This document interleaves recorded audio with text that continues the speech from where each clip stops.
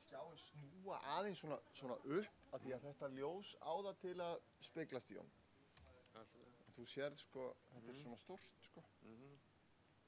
En þetta á við þessa. Ok. Já, ég veit það. Það mjög þægilegt bara. Sjást alltaf allir punktarnir? Allir sjást alltaf. Já, flott. Svo leið það sést ekki, þá sérðu það birtist svona skrunlína hérna hægra megin, sérðu. Já, ok, já. Þannig þeir sjást alveg. Ekki málið. Hvernig gekk aðan? Allt?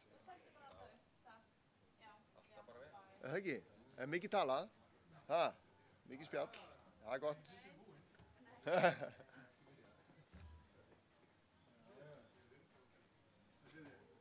Hvað segir ég? Hvað segir þú? Alveg djúvill gott. Er það ekki?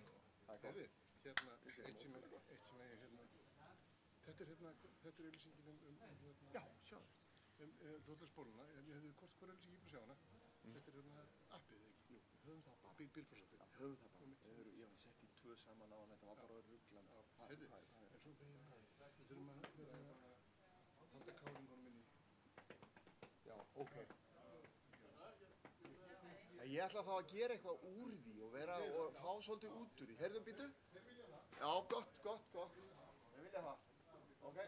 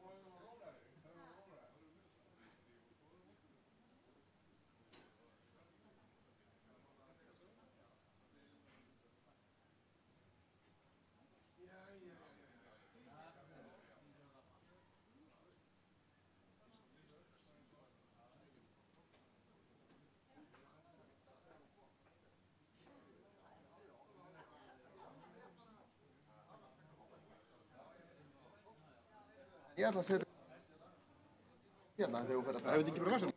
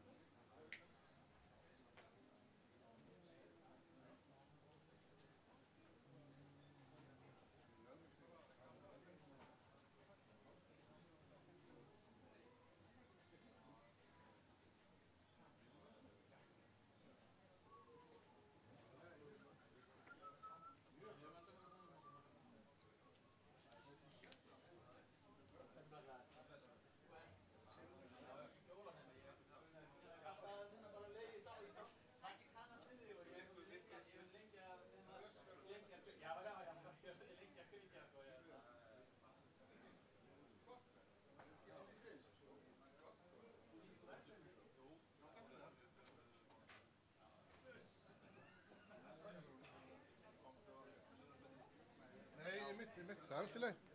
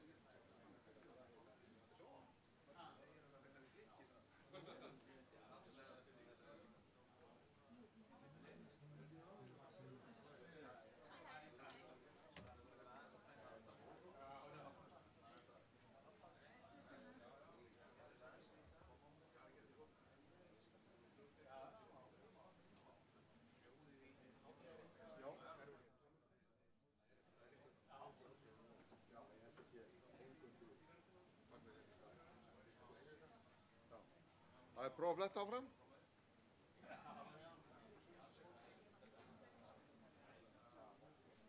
Cool. Það bara verið viss. Já. Það bara 2 mínútur. Í þetta? Ok. Erum við ekki bara on it á stjórn? Alveg að segja.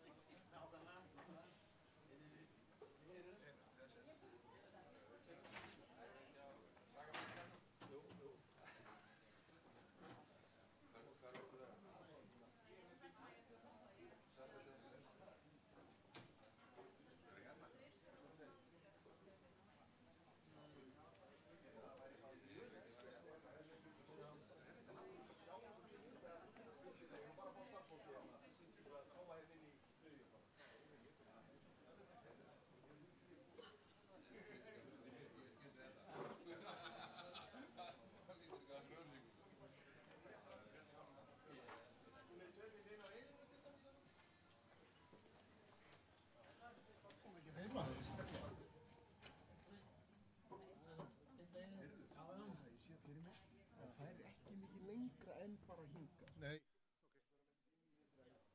Nei, ég get bara reynt að halda mér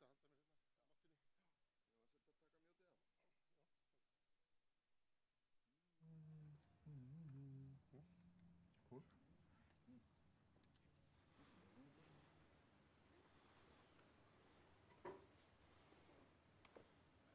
Jæja, komið sæl og verið velkomin á þetta áslutu uppgjör hjá Sjóvá fyrir 9 mánuðina, fyrir 3. fjórðunginn og 9 mánuði ársins. Við munum að venju félagarnir 3 hérna sjá kynninguna. Ég fer svona yfir helstu atriðin, Ólafur Njáll yfir fjárhagsupplýsingarnar og Þórður Páls yfir fjárfestingarpartinn. Ég súmir þetta upp í lokin og við tökum spurningar þar á eftir. En til að súmera þetta upp að þá eru helstu tíðindin á fjórðungnum þau að við erum mjög ánægð með þann vátryggingarekstur sem við erum að skila og hann vegur ágætlega upp á móti tapi af fjárfestingarstarfseminni. En þó að hagnaðurinn af fjórðungnum sé nú ekkert frábær getur við sagt eða 140 milljónir, þá er hagnaður af vátryggingarstarfseminni 708 milljónir. Hins vegar tapa fjárfestingarstarfsemi fyrir skatt upp á 426 milljónir. Nú fjárfestingarnar sem að Þórður fer betur yfir eftir voru neikvæðar upp á 232 milljónir og ávöxtunin á safnið neikvæð upp á 0,8%. Það skýrist nú einna helst eins og þekkt er og reikna mátti með af lækkun hlutabréfa. Nú samsett hlutfall hjá okkur fyrir þennan fjórðung er 91,3% samanborið við 94,6% fyrir 3. fjórðunginn í fyrra. Rúmlega 3% stigum betri heldur en sá fjórðungur. Það er líka ánægjulegt að þessi fjórðungur þá upp á 91,3% er besti 3. fjórðungur frá því að við fórum að marka frá því við skráðum félagið. Þannig að bæði þá 1. fjórðungur þessa árs og 3. fjórðungur eru þeir bestu sem að hafa litið dagsins ljós frá því að við fórum að marka.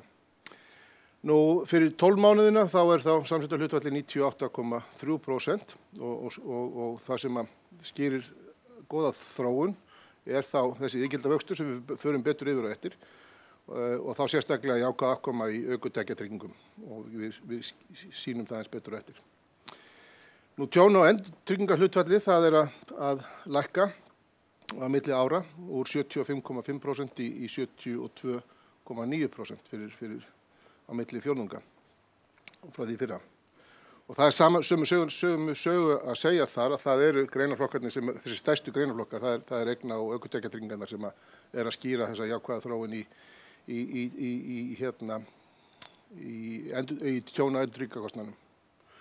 Og það sem er þá að gerast getur sett í samsettu hlutfalli að þessir 3 þættir sem mynda það að þeir eru allir að lækka. Ég ætla þá að hleypa Ólafi Njáli að núna og svo kem svo aftur eftir.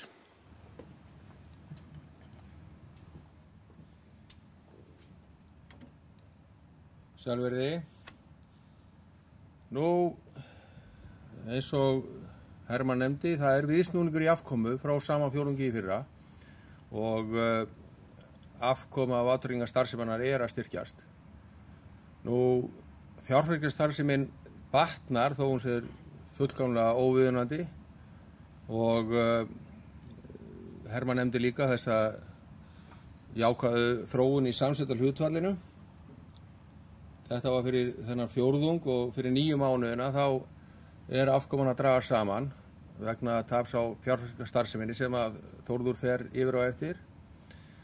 En áfram ánægilegt að sjá þessa breytingu sem og jákvæðu breytingu sem að verða á vátryggingunum. Og þetta þrátt fyrir þessi tjón, 2 stóru tjón, brunatjón sem að við erum fyrir á öðrum ársfjórðungi og engu að síður þá erum við þarna með afkomu sem langt frá því að vera ásættanleg og við vísum algjörlega á fjárfestingarhlutann þar. Nú, gjaldþolshlutfallið það vex aðeins og þarna úr 1,48 frá áramótum í 1,52 og ég fer aðeins yfir það á eftir.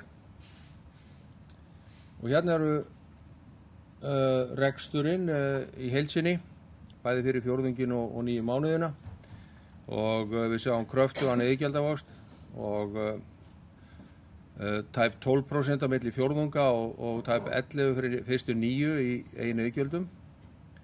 Og þessi vöxtur ásamt agaðri iðgjaldsetningu, það skila þessum bata sem við erum að sjá í tjónum og kostnaðaraðhald og ásamt þessum iðgjaldavexti þá að skýra þessa lækkandi kostnaðarhlutfall þrátt fyrir það að kostnaðurinn sé að vaxa í krónum. Á myndinni þarna hægra megin þá sjáum við að matsþróun eldri ára ekki að trufla í raun og veru uppgjörið. Við höfum hvorki verið að þurft að leggja í skuldina en ég verið að taka úr henni, svo að neinu nemi. Og hérna sjást þessi kraftar myndrænt og sem við fórum yfir áðan og eins og ég sagði afkoman algjörlega haldið uppi af vátryggingarekstrinum. Varðandi efnahaginn þá svo sem lítið það að segja. Þetta eru árstíðarsveiflur eins og þið þekki orðið í iðgjaldaskuldinni aðalega og þá hérna í viðskiptakröfunum og síðan auðvitað eru við að auka í vátryggingaskuldina eða tjónaskuldina rúman milljarð og það vegna þessara tjóna sem við höfum búin að verða fyrir og til mótvægis við það þarna lítsásta aukning í hluta endurtryggjanda í skuldinni. Nú við nefnum þarna að það sé stefnt að útgáfa víkjandi skuldabréfs og við svo sem vorum búin að tilkynna það á markað og höfum svo sem ekkert meira það að segja akkurat núna. En það má líka nefna að verðbréfastaðan og eigið fé lækka þarna og það kemur til af arðgreiðslu upp á 1,5 og síðan endurkaupum upp á tæplega 0,5 milljarð á þessu tímabili og þessi áætlun sem í gangi henni að ljúka. Nú, hérna gjaldþolið og gjaldþolið svona eigið fé samkvæmt Solvency 2 aðeins öðruvísi reiknað heldur en IFRS setur það fram og það aðeins vaxandi og það þarna vex aðalega þennan flokk annað sem svona mat á iðgjaldaskuldinni aðalega, breytinga mat á iðgjaldaskuldinni sem farið með þetta áttu öðrum hætti á samkvæmt Solvency 2 heldur en samkvæmt IFRS og það að koma fram þarna upp á ykkur 400 milljónir rúmar og síðan gjaldþolskrafan að lækka, markaðsáhættan að lækka og það kemur vegna minnkandi vægis hlutabréfa í safninu og Þórður fer nú yfir það á eftir og þá komið að Þórður að fara yfir þann hluta.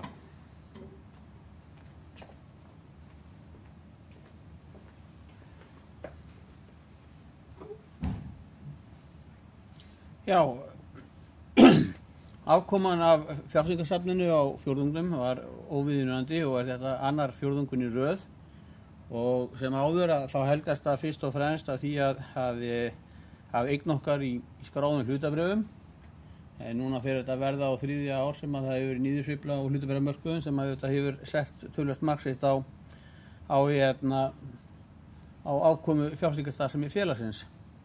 Nú, það eru fyrst og fremst, þetta kannski á fjórðungnum að við áttum hluti í Icelandair og síðan það fasteignafélög og fjarskiptafyrirtæki sem að við hafa verið drjúgur hluti af hlutabréfasafni okkar sem að skiluðu mjög slæmri afkomu.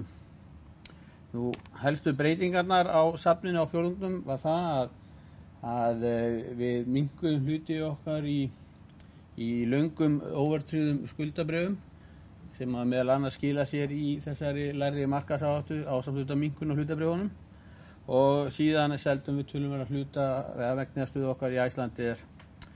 Og svo þessi breyting þarna sem að SÍA 5 eða festi, að það í raun og ekki sala heldur þetta helgast að því að óskráð eign sem við áttum sem var sem sé í festi, að hún varð að annars vera að reiðufé og svo skráðum hlutabréfum í N1 við yfirtöku þar á. Nú á fjórðungnum að þá jukum við skuldabréf og ríkisskuldabréf og önnur skuldabréf en minnkuðum við okkur einnig í skráðum hlutabréfum auk þess sem að sú staða skrapp saman á þess að við kannski hefðum neitt það að segja. Nú, stærstu eign í félagsins skýra núna það vel 65% af safninu og það var engar stórvægilegar breytingar á safninu eða nýjar eignir sem að komu inn á þessum fjórðungi. Þá komum við að Hermanni aftur.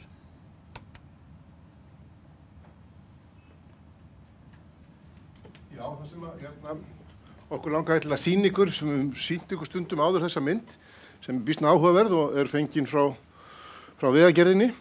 Það sem eru 16 talningarstaðir allt land og sýnir svona þróun umferðunar landið og reyndar alveg makalust að sjá frá eiginlega, getur sagt 2010 og svo í framhaldinu hvernig þróun hefur verið, alveg línulega upp á við. Það sem við höfum nefnt þegar við höfum verið að sýna þessa mynd er það að í ökutækjatryggingunum þá hefur þetta verið svolítið svona hreyfanlegt mark, getur við sagt, í iðgjaldasetningunni og við höfum alltaf þurft að átta okkur á því hver þróunin er og við höfum alveg viðurkennt það að við höfum verið á eftir þróuninni, við höfum ekki síðan að fyrir með þessum hætti. Okkur finnst þá núna, í þessu uppgjöri núna, að við séum að ná betri tökum á því hvert sem það leiðir okkur í framhaldinu, það er framtíðinu óviss hvað það varar, en við erum að ná betur utan það í afkominu af ökutækjatryggingum eins og við erum búin að sýna ykkur. Það sem er annað sem er áhugavert þarna er að í sumarmánuðunum þá er akstur aðeins að stabiliserast, það er ekki sami miklu vöxtur og verið hefur og það er annað sem er svolítið áhugavert í því að Vegagerðin var að birta núna upplýsingar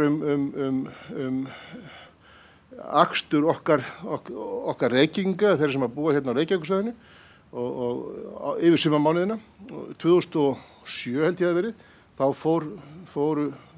fóru við 12 sinnum út á land eða út fyrir Stór-Reykjavíkursvæði á sumri. Þetta sumari þá fóru við 6 sinnum, sem er alveg gríðarleg fækkun getur sagt og þá má spyrja sig hvort að þessi svona stabilisering sem þarna á sér stað í sumar sé fyrst og fremst kannski minni akstur okkar Íslendinga. En svo má spyrja sig líka hvort að með auknum forvörnum og varkárari akstri að okkur sé að vegna betur í afkomu af bílatryggingum. En það er líka samfara því eins og við segjum að verðlagningin hjá okkur, við erum að ná betur utan heldur en kannski á fyrstu stigum þegar vöxturinn er að fara af stað. En þá til að súmera þetta upp að afkoman þá fyrir 9 mánuðin eru 260 milljónir tæpar eins og Ólafur Njáll kom inn á, það náttúrulega, við móttum með betri afkomin það, en það sem við viljum þó allan að vekja athygli á að vátryggingastarfsemin við erum í ánægð með niðurstöðuna þar upp á 1151 milljón og Þórður hefur farið yfir fjárfestingarstarfsemina. Ólafur vék að víkjandi skuldabréfinu, ekkert meira það að segja, við munum svo bara birta upplýsingar það þegar þeir þættir skýrast betur. Nú varðandi samsetta hlutvallið, þá erum við í 97,8% í samanburði við 99,3% fyrir sama tímabili fyrra. Og eins og ég nefndi áðan, þá finnst okkur það líka mjög áhugavert og ánægjulegt að þessir 2/4, þar að segja 1. og 3. skil okkur þessari niðurstöðu þrátt fyrir mjög slæman annan 4. með 2 brunnum. Og þarna getum við sagt að þetta þá enn eitt tímabilið, þau eru orðin töluvert mörg, þar sem að vöxtur eigin iðgjalda vel umfram vöxt eigin tjóna og það það sem við viljum hafa og það það sem undirbyggir þá góðan grunnrekstur og svona eins og við viljum orða svona stabílan og réttan og góðan vöxt. Vöxtur einn og sér ekki í markmið, heldur að hann skila okkur þá aukinni afkomu og betri afkomu. Í ljósi þessa þá höfum við uppfært horfurnar, getum sagt í báðar áttir, þar að segja að við lögðum á stað í byrjun árs með samsett hlutfall upp á 96%. Eftir annan fjórðung eða á öðrum fjórðungi þá færðum við það til úr 96% til 98%. Helgast af því að við gerðum ráð fyrir að þessi fjórðungur er í 94%, ef ég man rétt, 95%, 94% sennilega. En endar þá mun neðar, tæpum 3% stigum neðar en það. Við gerum ráð fyrir það samsetta hlutfalli fyrir fjórða fjórðunginn sé 95 og þar alveg endum við árið í 97% samsettu hlutfalli. Við gerum líka ráð fyrir því að hagnaður okkar, við breyttum því þá á öðrum fjórðungi, afkoman fyrir skatta yrði 1 milljarður og við færum það niður um 100 milljónir í 900 milljónir. Þetta er það sem við vildum fara yfir og að venju þá opnum við fyrir spurningar núna. Þá getur þið séð bara hérna í mækli að því með.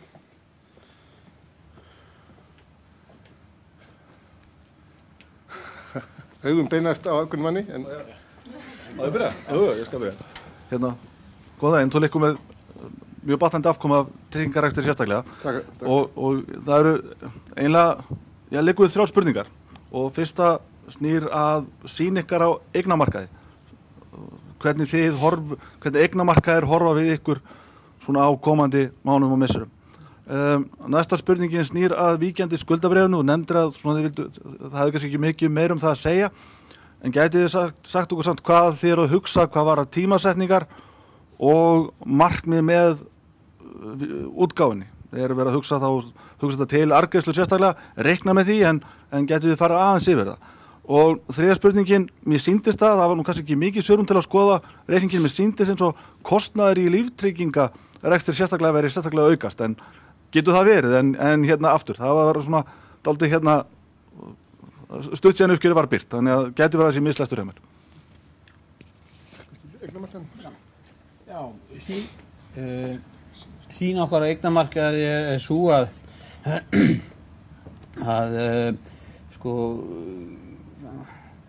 einhverju skilningi allana, það má segja að þeir séu lágt verðmetnir, en það helgast auðvitað því að það er auðvitað mikil áhætta sem er svona, og mikil áhættufælni sem endurspeglas í verði þeirra. Nú, og þá auðvitað snýst það svolítið að því, telum að sú áhætta muni raungerast að fullu og svona, já, ég svona hallast að því að svo verði nú ekki, að stór hluti félaga séu núna verðmetin töluvert lægra heldur en bókfært virði þeirra.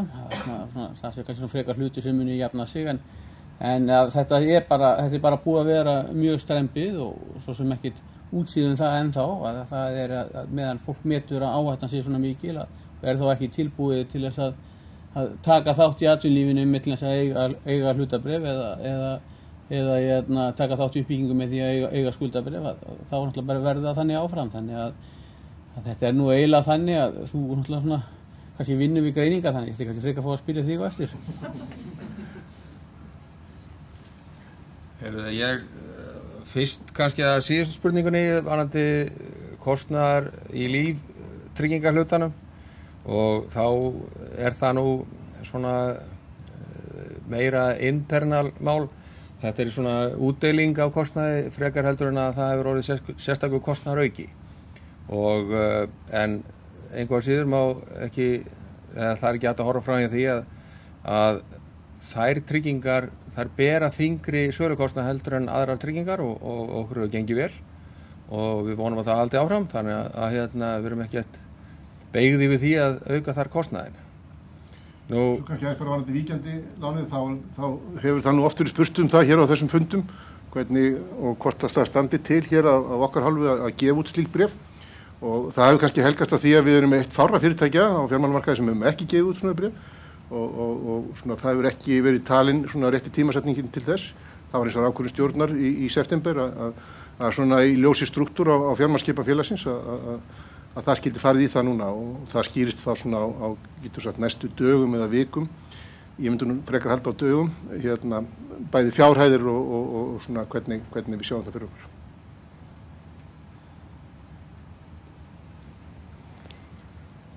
Fleiri spurningar?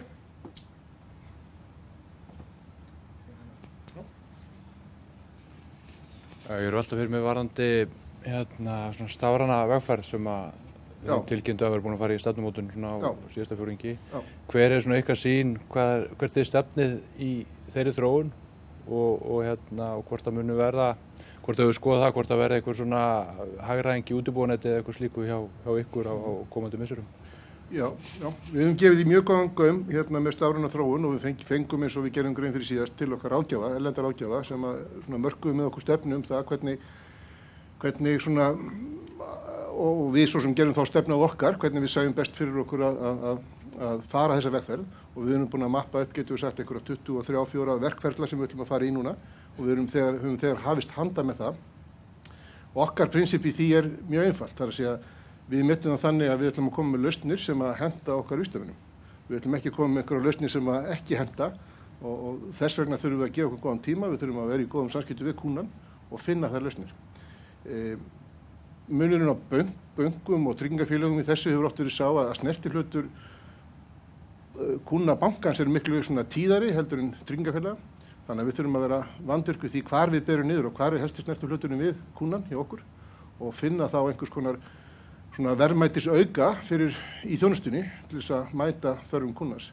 Afleitt starf verður örugglega einhvern tímann kostnaðarsparandi, alveg pottþétt, en við ætlum fyrst að vera að koma með lausnirnar áður en við drögum ályktanir hvað það varðar. Það að segja, okkur finnst við eiginlega bera skyldu til þess að meðan við höfum ekki rafrænar lausnir sem að leysa allan vanda í því, þá verðum við að búa við aðra dreifileiðir og en það má eins og að geta þess að til dæmis tilkynnt tjón hjá okkur í dag eru 20% rafræn, þannig að það heilmikið komið í þessa vegferð, en við ætlum okkur stærri hluti í því. Svarar þetta spurningunni eða eitthvað?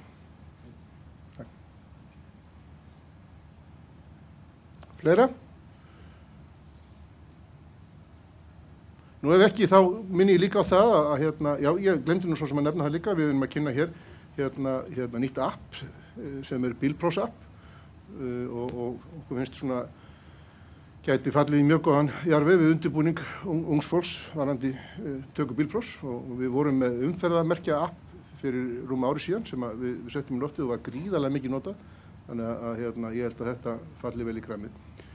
Ég ætlaði líka að minna á það að það heilmikið ítarefni sem fylgir með þannig að það hægt að kíkja það til viðbótar því sem við fórum yfir. En öðru leyti þá þakka ykkur kærlega fyrir komuna og við getum spjallað hérna líka við kaffi ef fleiri spurningar vakna. Takk fyrir.